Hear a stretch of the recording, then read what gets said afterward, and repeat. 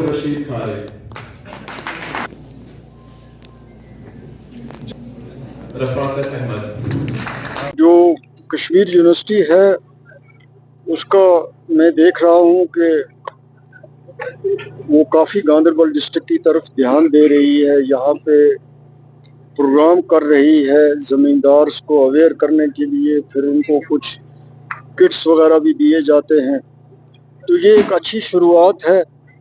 تو جیسے میں نے اپنی اسپیچ میں بھی کہا کہ ایگریکلچر یونیورسٹی کو جو کچھ یہاں پہ کرنا ہے، خاص طور پہ کوئی سکیمیں بنانی ہیں زمیندارز کے لیے، تو اس میں وہ جاب اورینٹڈ ہونی چاہیے، جس سے ان زمینداروں کو بعد میں روزگار بھی ملے، چاہے وہ ڈیری یونٹ قائم کریں، شیپ یونٹ قائم کریں، یا اور ایگریکلچر کی سکیمیں ہیں، باغ کا معاملہ ہے، تو وہ نوجوانوں کو انوالو کریں، کیونکہ آج کل نوکریاں ہیں نہیں، تو جو کوئی بھی نوجوان اس میں انٹرسٹڈ ہو ان کو گائیڈنس بھی ہونی چاہیے، ان کچھ ایسے راستے نکلنے چاہیے کہ ان کی فائنانشل سپورٹ بھی ہو، چاہے بینک کے ساتھ ہی ٹائی اپ کرنا ہو۔ تو یہ ایک اچھی شروعات ہے، ہم اس کو ویلکم کرتے ہیں اور لوگوں کو بھی کہتے ہیں کہ وہ ان پروگراموں کا فائدہ بھی لیں، اور جو چیز ان کو اچھی لگے تو اس کو اپنانا بھی چاہیے، اس کو کرنا بھی چاہیے۔ اپنی جو آمدنی ہے وہ تبھی بڑھے گی، تبھی فائدہ ہوگا۔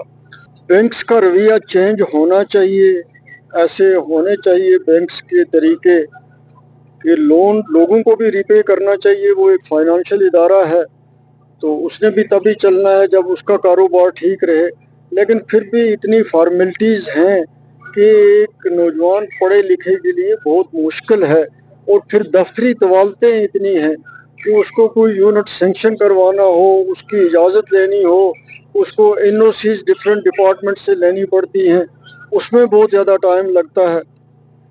تو یہ پروسیجر جو ہے اس کو سمپل کرنے کی ضرورت ہے، جتنا سمپل ہو سکے، جس سے فائدہ ہو سکے، زمیندار ہو، خاص طور پہ یہ جو ہمارا ان امپلائڈ یوتھ ہے اس کو فائدہ ہو۔ تو گورنمنٹ کے لوگوں سے جب بھی بات کرو تو وہ کہہ رہے ہیں کہ نہیں جی، لوگ نہیں سامنے آتے ہیں، ہم تو بڑی مدد کرتے ہیں، ہم بینکس کے ساتھ کوآرڈینیٹ کرتے ہیں۔ تو یہ سارے پوائنٹس جو ہیں یہ پھر اس پہ تو ڈسکشن ہونی چاہیے کہ اس میں لوگوں کی کیا بات ہے اور ایڈمنسٹریشن کی کیا بات ہے۔ دیکھیے، میں تو توقع کرتا ہوں کہ الٹیمیٹلی یہ چیزیں ٹھیک ہو جائیں گی اور یہ حکومت جو ہے یہ سموتھلی کام کرے گی، میں تو پر امید ہوں۔ آگے دیکھتے ہیں کیا ہوگا۔